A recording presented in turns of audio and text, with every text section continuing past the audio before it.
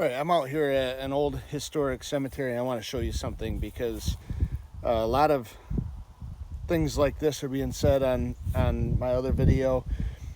People don't understand exactly how fragile these stones are.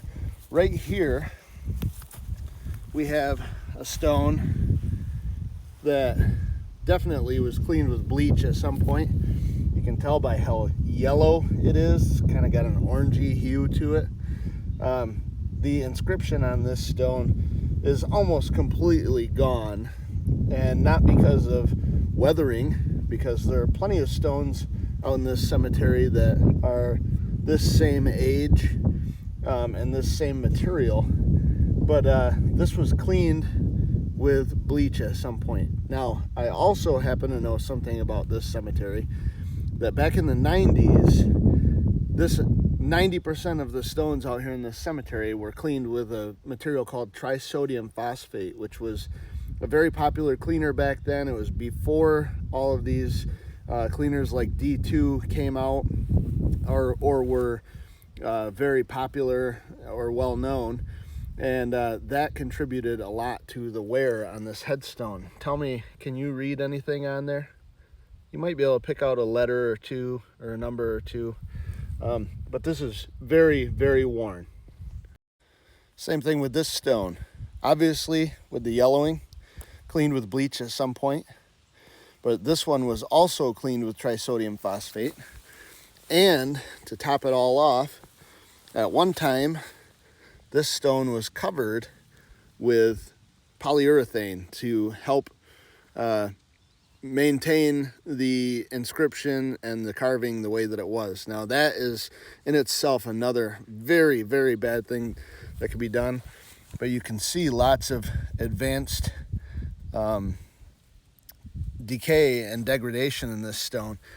It also doesn't help that it is laying face up, so that's never going to be a good scenario for a stone like this, because now the rainwater and the dirt and stuff blows right across the face.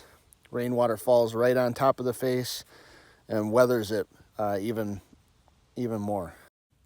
There are plenty of examples like these two pieces of marble that are actually older than that first one that I showed you, with great inscription on them still very white, no yellowing, no orange color. These have never been cleaned with bleach, and I can tell you that for a fact. One thing I will say is that at some point, part of this was covered in polyurethane. And like I said before, that is a very, very bad thing for these stones. Here's a good example of one of those stones being covered in polyurethane.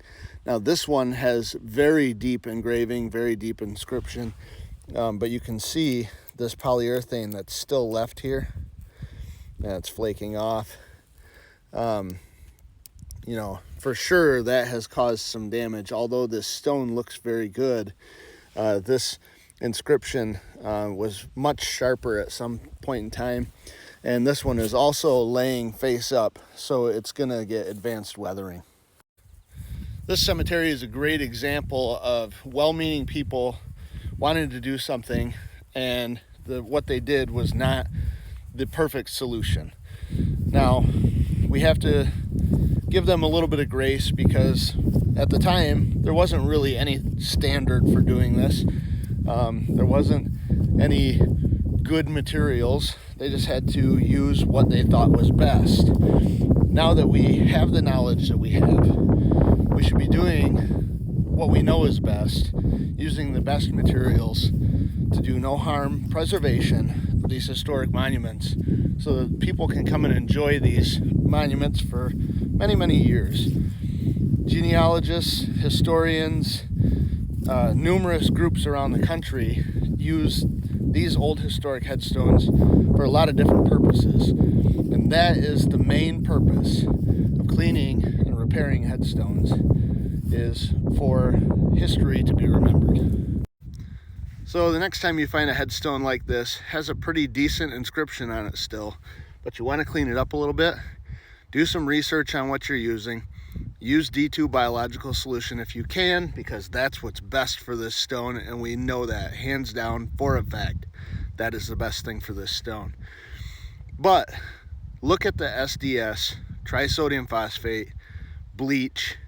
Look at what residues it leaves behind, because damage doesn't happen overnight.